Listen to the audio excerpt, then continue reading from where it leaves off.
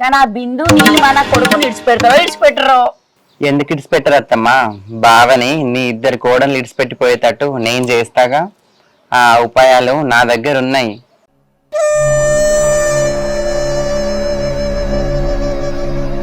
మీ అన్న వదినే ఎంతగానమో కొట్టిందట, అయినా వినలే. పన్నకాడ నుంచి 10 రోజులు లేవలేదట. ఈవిడ గారిని లేపడానికి బెల్టుతో కొట్టినా మారలేదు, బిందెలతో నీళ్లు పోసినా లేవలేదట. మీ అన్న దీని కాళ్ళ మీద పడి ఏడ్చినా కూడా ఇది కాలుతో దన్నిందంట. చేసుకుంటే రాజుగారిని వేసుకుంటా, లేకపోతే లేదని ఎదురు తిరిగిందట.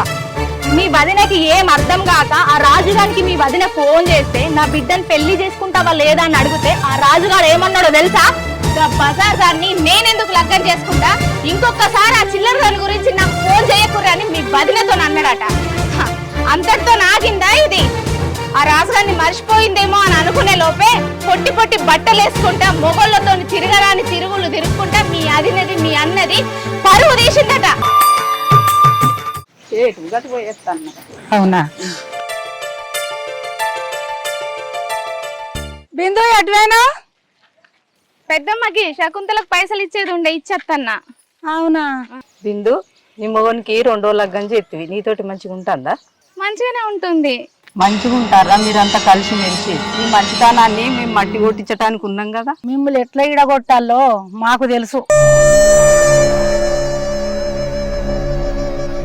ఇంత పని ఇంట్లో అవసరమైతే ఏమైతుంది? నువ్వు మొత్తం ఇంట్లో పని అంతా ఒక్కతే నీలిమ చేస్తుందట. ఊరంతా అనుకుంటారు నీలెమ్మకే పని అంతా చెప్తున్నావట.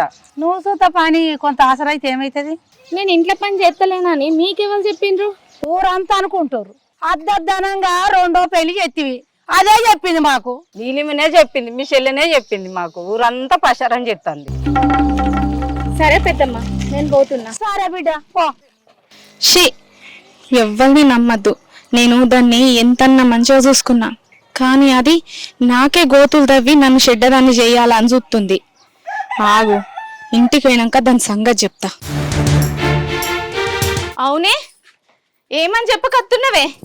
నీకేం అనిపిస్తలేదా అనే ఇంట్లోన్న సంసారాన్ని తీసుకుపోయి రోడ్డు మీద పడేయడానికి? అసలు నేనేం చెప్పినా నువ్వేం మాట్లాడుతున్నావు? నేను ఇంట్లో పని చేస్తే పలగబడిపోతుందని ఊరంతా చెప్పకత్తున్నావు. నువ్వు చేత్తనే వెళ్తుందా ఇంట్లో? నేను చెప్పినా నీకెవరు చెప్పారు? నన్ను నువ్వు చెప్పకుండా తిరిగేదేంటిది? అందరు నాకు చెప్తలేరా? ఏ బొర్రకే, నువ్వు చెయ్యబట్టి ఊరంతా నన్ను బయటకు పోతే ఎట్లా అంటున్నారు తెలుసా?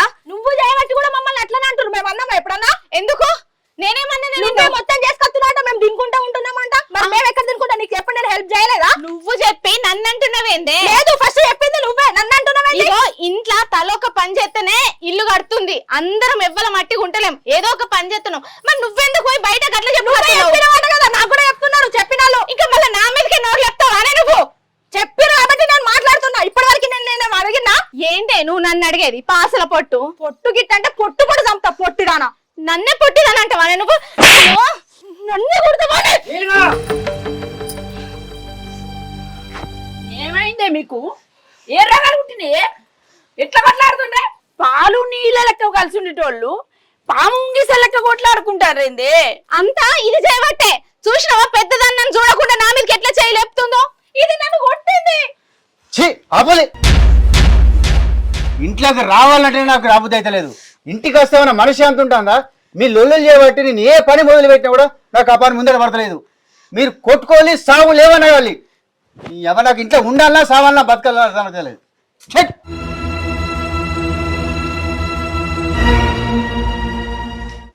అంత ఇది చేయబట్టే.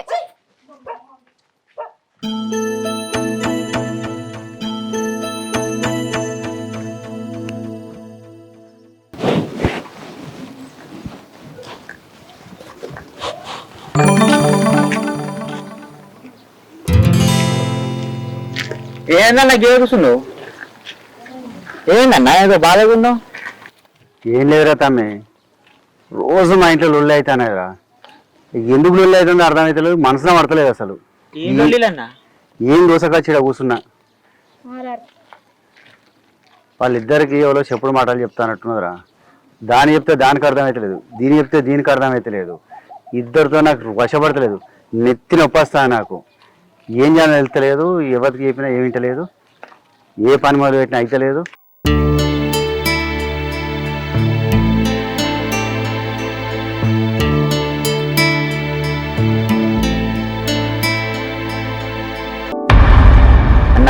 చెప్పిందంతా ఇంట అంటే నాకు ఒకటి అర్థమవుతుంది. వదినలు ఇద్దరు మంచోలే, కానీ మంది మాటలు విని అట్లా తయారయ్యారు. ఇంకో ముచ్చట, ఈ మల్లమ్మును రేఖ వదినలకు ఏవో ఎక్కించి చెప్పంగా నా భార్య చూసింది, నాకచ్చి చెప్పింది. కానీ పెద్ద పట్టించుకోలే, వాళ్ళ మాటలు వీళ్ళు ఎందుకు వింటారని. కానీ ఇంత లొల్లి అవుతుందని నాకు తెలియదు అన్న. ఏం చెప్పుకోవాలి తమ్మి, మనసులో పడతలేదు నాకు అసలు. నేను ఒకదాన్ని చేసుకుని ఏగలేకపోతానా, నువ్వు ఇద్దరిని చేసుకున్నావు. ఆయన ఒకటి అడుగుతాను, చెప్పు, పెద్ద వదిన ఉన్నాక చిన్న వదిన నేను ఎందుకు వేసుకున్నావు? అది కాదురా తమ్మి, పెద్దవాడిని నీ ఇష్టపడి పెళ్లి చేసుకున్నా, చిన్నవాడినేమో నన్ను తప్ప ఇంకోళ్ళు పెళ్లి చేసుకున్నావాటే. చేసుకుని నిన్ను చేసుకుంటా లేకపోతే ఇంకోళ్ళు చేసుకున్నా అని చెప్పి సత్తాను బెదిరిస్తే చేసుకున్నారా? అయినా మేము ఎంత మంచిగా కలిసి ఉంటుందో తెలుసా తమ్మి? నీలిమా నెక్లెస్లు తీసుకొచ్చిందే, చెరొకటి తీసుకొని అమ్మకోటి వెళ్ళి. ఇంత సడన్ గా కొనుకొచ్చిండ్రు బంగారపు గొలుసులా? అవునే, అదేం లేదే, దేవుడి దయ వల్ల బిజినెస్ లో మంచి కలిసి వచ్చింది, అందుకే మీ ముగ్గురికి నెక్లెస్లు తెచ్చిన. అక్క నీకు ఇది బాగుంటది. నీకు మంచిగా ఉంటది చెల్లె, చూడ ఎంత మంచిగా ఉంది. ఇది బాగుంటది అక్క నీకు. సరే చెల్లె, అత్తమ్మకి ఏది నచ్చుతుందో అత్తమ్మ తీసుకున్నాక మనం తీసుకుందాం. సరే అత్తమ్మ, అత్తమ్మ రండి. ఇద్దరికిద్దరు పిలుస్తారు ఏందే నా కోడళ్ళు? అయ్యో ఈయనకి బిజినెస్ లో లాభాలు వచ్చినాయంట. ఇలా మీకు ఏది నచ్చితే అది తీసుకోండి. నాకెందుకే, మీరు పెట్టుకోండి, నాకెందుకో. నువ్వు గిట్లనే అంటావు చెల్లె. అత్తమ్మకి ఏది మంచిగా ఉంటుందో చూడు. ఇది పట్టుకో, ఇది పట్టుకోర్రి. ఇది వాళ్ళది. ఇంకో చూడు, ఇది చేద్దాం. ఎక్కపోతే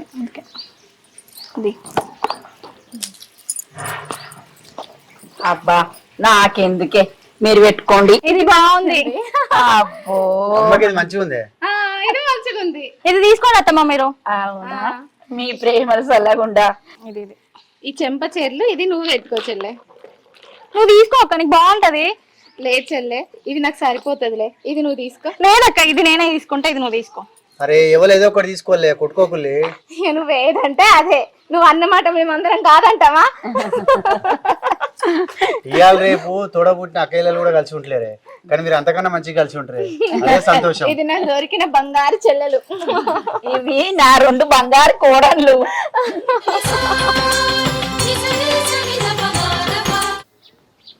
అంత మంచిగా కలిసి ఉంటాం తమ్మి. ఇప్పుడేమో మా ఇంట్లో పొట్టు లొల్లు అవుతాయి, నాకేమో అస్సలు మనశ్శాంతి లేకుండా అయిపోయింది. అన్న నువ్వు ఇట్లా బాధపడతాను అడవదన్న.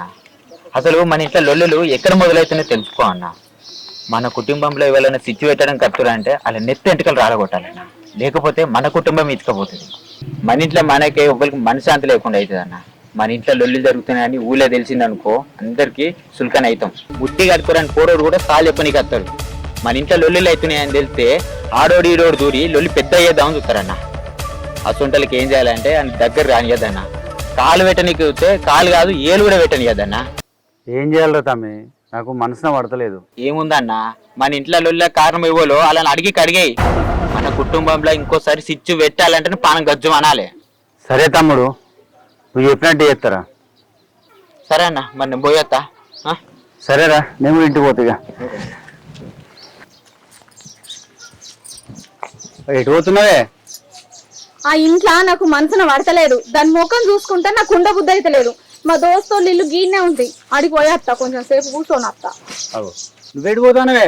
ఆ ఇంట్లో ఉంటే నాకు మనసున పడతలేదు. ఇగో ఇది చేసే లొల్లిలకు, అందుకే మా దోస్తులు ఇంటికి పోతున్నా. నేనేం లొల్లి చెప్తున్నానే, మళ్ళీ నా వెనకనే వస్తున్నా. నీ వెనక వస్తుండే, నా దోస్తులింటికి నేను పోతున్నా. సరే నువ్వు పో, నేను వస్తా. చక్కగా ఇంటికి నడువుర్రి. మీరు పోర్రి, నేను తర్వాత వస్తా. మీరే పోర్రి, నేను కోసం మా ఫ్రెండ్ వాళ్ళ ఇంటికాడ కూర్చొని అత్త పోర్రి. పోరి అటే ఓళ్ళిగా, మళ్ళా నా ఇంటి గడప దొక్కిలనుకో కాళ్ళు ఇరగొడతా. అబ్బో అన్నంత పని చేస్తాడు. పోదాం పారి ఇంటికే.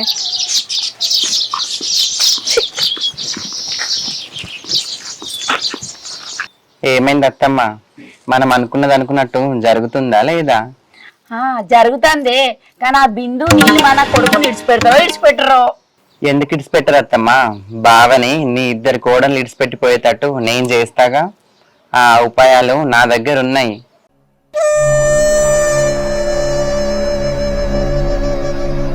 ఏం చేయమంటావే? నువ్వు నా రక్తానివి, నా మేనగోడలివి. అసలు నిన్నే నా కొడుకు చేసుకునేది ఉండే, కానీ ఆ ఇద్దరు కలిగిండ్రి నా కొడుకు ఇడిచిపెట్టట్లు లేరు. అదేందత్త, నీలిమ కూడా పెద్దనాన్న బిడ్డనే కదా, నీ మేనకోడలేగా.